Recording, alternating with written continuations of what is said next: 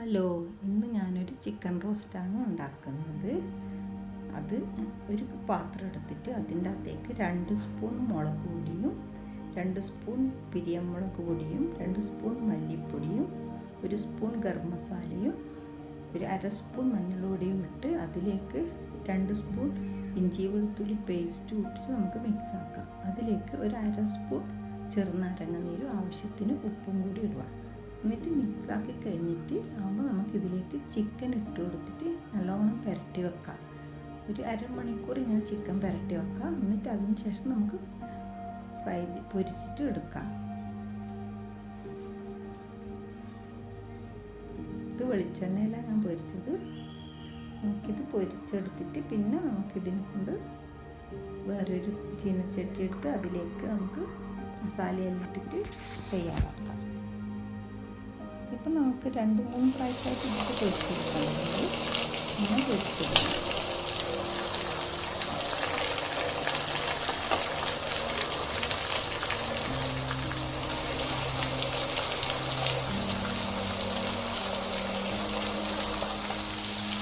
പൊരിച്ചെടുക്കുമ്പോൾ ഈ വേറെ ചീനച്ചട്ടിയിൽ ഇഞ്ചിയും വെളുത്തുള്ളിയും ഇട്ടിട്ട് ഈ പൊരിച്ച് വെച്ച എണ്ണേൻ്റെ തന്നെയുള്ള എണ്ണ ഇതിൽ ആക്കിയത് അതിലേക്ക് പച്ചമുളകും കറിവേപ്പിലയും ഇട്ടിട്ട് നമുക്ക് നല്ലോണം ഇളക്കിയിട്ട് ഇതൊന്നും പച്ചമണം മാറിയിട്ടാകുമ്പോൾ അതിലേക്ക് 2 സവാളയാണ്. അത് ഒന്ന് ചെറുങ്ങനെ മിക്സിയിൽ ഇതാക്കിയതാണ്, തിരിച്ചതാണ്.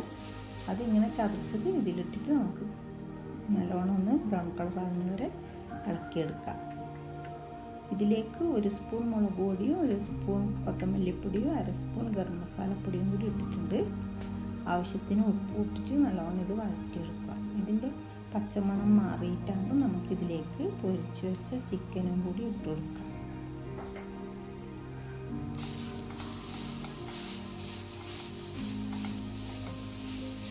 ഇനി ഇതിലേക്ക് ഒരു തക്കാളി ഇട്ട് കൊടുക്കണം.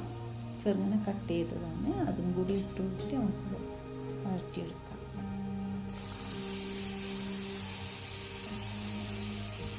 തക്കാളി ഒന്ന് മിക്സാക്കി കഴിഞ്ഞിട്ടാകുമ്പോൾ ഇതിലേക്ക് ഒരു ലേശം ഒരു 1/2 ഗ്ലാസ് വെള്ളം ഒഴിച്ച് കൊടുക്കണം.